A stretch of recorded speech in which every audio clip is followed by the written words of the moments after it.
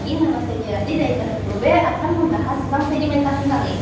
Jadi sedimentasi ini adalah proses pengendalian material di laut yang disebabkan oleh air laut itu sendiri. Nah, ini material tersebut berasal dari hasil abrasi yang terbawa oleh arus, ombak, pasang, dan surut. Nah, proses jadinya ini saya akan ulangi lagi. Jadi akibat dari perubahan arus air laut, akhirnya ini dia membawa material dan mengendap. Jadi ini juga bisa disebabkan oleh pasang surut. Saat pasang, material ini dibawa, saat surut material ini akan mengendap dan akhirnya menjadi sedimentasi marin. Nah, jenis-jenisnya ada 6. Pertama, tombol. Tombol ini adalah bisa menghasilkan endapan dan menghubungkan pulau dengan pulau lainnya. Lalu ada bar, di mana ada endapan di muara sungai dan memisahkan laut.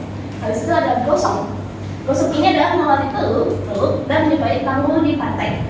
Bukan, endapan di dekat teluk atau pantai hingga kedua ujungnya bisa bertemu.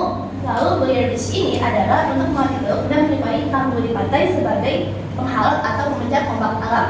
Lalu ada nebung, di mana dia ini adalah bukit pasir yang memanjang dan terdapat di pantai. Ada split, di mana ini ada dapat dengan bentuk bolong dan salah satu ujungnya akan menyentuh daratan.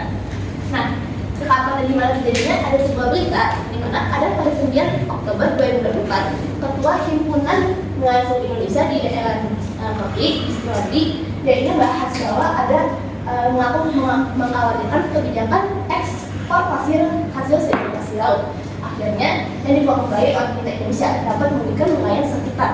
Dan akhirnya ada pun izin pemanfaatan pasir sedimentasi laut ini baik untuk ekonomi atau domestik akhirnya diperketat supaya untuk menjaga aspek ekologi. Nah, data positifnya adalah pembentukan pulau dan pesisir. Sebenarnya sedimentasi ini dapat membentuk pulau atau delta yang baru seperti sungai di muara besar. Lalu ada menyediakan habitat bagi organisme laut, di mana dia ini dapat menjadi habitat untuk molluska, kepiting kecil, dan ikan-ikan. Hal itu memperkaya sisi perairan. Sebenarnya sedimentasi ini ada mineral dan zat organik yang dapat meningkatkan produktivitas ekonomi laut. Lalu ada melindungi pantai dari erosi. Dampak negatifnya adanya pendangkalan perairan.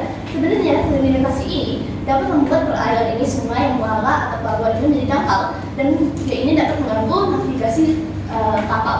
Lalu merusak terumbu karang, di mana sedimentasi ini dapat menutup terumbu karang yang sedang berfotosintesis dengan alga butare yang penting bagi terumbu karang.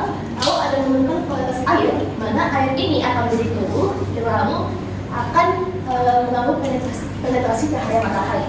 Upaya mengatasinya adalah pembuatan terumbu karang buatan, pembangunan water treatment grounders, pengelolaan sungai dan estuasi, dan sosial mangrove dan tanaman untuk supaya sedimen ini tidak terlalu banyak ke laut. Kata-kata hari ini adalah setiap butir sedimen yang terbawa arus akan bentuk daratan. Lalu begitu pula juga dengan pengalaman membentuk karakter kita. Terima kasih.